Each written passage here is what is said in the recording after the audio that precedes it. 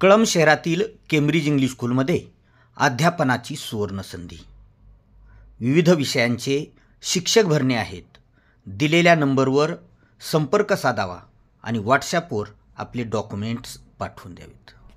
नमस्कार, मी डी बनसोडे आणि आपण पाहत आहात सक्रिय न्यूज.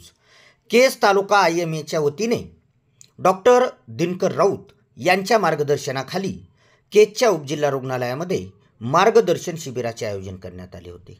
सदरील शिबिराचे उद्घाटन IPS कमलेश मीना यांच्या हस्ते संपन्न झाले. तर यावेळी प्रमुख मार्गदर्शक म्हणून मेंदूविकार तज्ज्ञ अंकुश मैंदाड यांची प्रमुख उपस्थिती होती. यावेळी कमलेश मीना यांनी बोलताना सांगितले की कुठल्याही क्षेत्रात नेहमी अपडेट राहणे गरजेचे असून रीलर्निंग आणि अनलर्निंग हा एक शिकण्याचाच भाग आहे. तर यावेळी डॉक्टर अंकुश मैंदाड यांनी लहान मुलांच्या मेंदू विकारावर मार्गदर्शन केले. लहान मुलांना येणाऱ्या झटक्यांचे निदान कसे करावे याबद्दल त्यांनी सविस्तर माहिती जमलेल्या सर्व डॉक्टर्सना दिली. तर IMAचे तालुका अध्यक्ष डॉक्टर दिनकर राऊत यांनी लहान मुलांच्या खोकल्याच्या समस्या, निदान, उपचार आणि याबाबत पालकांची भूमिका याविषयी मार्गदर्शन केले. सदरील कार्यक्रमासाठी IMAचे सचिव भाऊसाहेब चाळक, खाजगी वैद्यकीय संघटनेचे अध्यक्ष डॉक्टर वसुदेव नेहरकर, सचिव डॉक्टर उमाकांत मुंडे, उपजिल्हा रुग्णालयाचे प्रभारी वैद्यकीय अधीक्षक डॉक्टर सचिन राऊत यांच्यासह तालुक्यातील बहुसंख्य डॉक्टर्सची उपस्थिती होती. चला तर मग ऐकूयात IPS कमलेश मीना, डॉक्टर अंकुश मैंदाड आणि डॉक्टर दिनकर राऊत यांनी काय मार्गदर्शन केले. Pathy is not important. Relief to patient is important. So there must be fine tuning between all pathies. की कुणाला असा इगो करायची गरज नाही. बरेचसे आपले ॲलोपॅथिक डॉक्टर आहेत ते आयुर्वेदिक ट्रीटमेंट घेतात, काही डॉक्टर होमिओपॅथिक ट्रीटमेंट घेतात.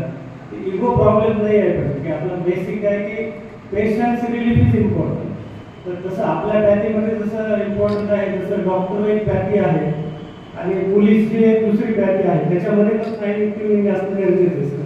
तर सध्याच्या काळामध्ये sir allegations, negligence, false allegations हे प्रमाण फार वाढलेलं आहे. की हॉस्पिटलमध्ये डेथ झाली की cause of death is negligence. हॉस्पिटलमध्ये डेथ होती, मॅथमॅटिक्स आहे की 1+1 इज ऑलवेज 2. तर आमच्या मेडिसिनमध्ये काय 1+1 इज 0, समटाइम्स 1+1 इज 4. तर इट्स नॉट सायन्स. सायन्सची बेसिकली डेफिनेशन काय आहे? It's a kind of system which gives accurate, precise outcome. That is a science. So medical science is not perfect science. आता इथं आपण काय म्हणतात की प्रॅक्टिशनर आहे. The word practice explains everything. Nobody is perfect. So we have to learn the things. Basically, आणि दुसरी गोष्ट कसं आहे की आता आपण सगळे लर्न झालेले आहेत. प्रत्येक जण ग्रॅज्युएट आहे, काही पोस्ट ग्रॅज्युएट आहे, तर आहेत, सुपर स्पेशालिस्ट आहेत ते. तर आपल्याला लर्निंग हा झालेलाच आहे ऑलरेडी, पण this is a time of relearning and unlearning. Doctors association केज को बहुत बहुत धन्यवाद कि आपके इस प्रोग्राम के उद्घाटन के लिए मुझे यहाँ पे आमंत्रित किया गया. ये बहुत ही सम्मान की बात है. So thank you so much. मुझे बताया गया कि आज यहाँ पे 2 लेक्चर्स की सीरीज है. First lecture is on approach to seizures in office practices and second lecture is on approach to cough in office practices. मेरा मानना है कि ये बहुत ही फैंटास्टिक इनिशिएटिव है जो कि आपके यहाँ चल रहा है काफ़ी टाइम से. जब हम सर्विस ज्वाइन करते हैं तो हम अपनी ट्रेनिंग इंस्टीट्यूट में रहते हैं, कॉलेज में रहते हैं, जो पढ़ाई करते हैं. फिर उसके बाद पढ़ाई करने के बाद सर्विस लग जाती है तो ट्रेनिंग करते हैं हम लोग. तो ट्रेनिंग करने के बाद हम फील्ड में आते हैं. फील्ड में आने के बाद हमारा सबका लगभग ये एक्सपीरियंस रहता है कि यार ये तो सीखा ही नहीं, ये तो यहाँ पे सीख रहा है. पुलिस भी ऐसा ही है, आपके मेडिकल फील्ड में भी ऐसा ही है. फील्ड हमें बहुत कुछ सिखाता है. एक्सपीरियंसेस से सीखते हैं हम, जनता के साथ इंटरेक्शन से सीखते हैं, जो हमारे पास डिफरेंट केसेस आते हैं उससे हम सीखते हैं. सो दूसरा ये कि आपके फील्ड में जो साइंस एंड टेक्नोलॉजी, दूसरा ये कि कहा जाता है कि और आम आदमी भी मानता है कि doctors are gods, and I believe that. क्योंकि आप लोग जान बचाते हैं और जान बचाना एक बहुत ही बड़ा काम है. तो आपके हाथ में एक ग्रेट पावर है. Seizure classification, etiology, some differential diagnosis, how to treat common seizures. This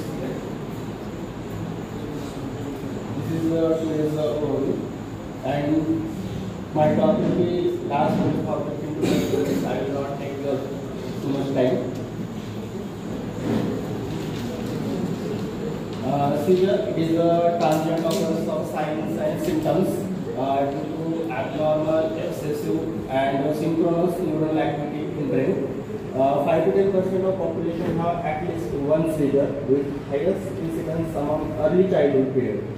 While International League Against Epilepsy defines epilepsy with 3 criteria: at least 2 unprovoked or reflex seizures occurring more than 24 hours apart, 1 unprovoked seizure, and probability of further seizures similar to general recurrence risk, at least which is 60%, after 2 unprovoked seizures occurring over the next 10 years.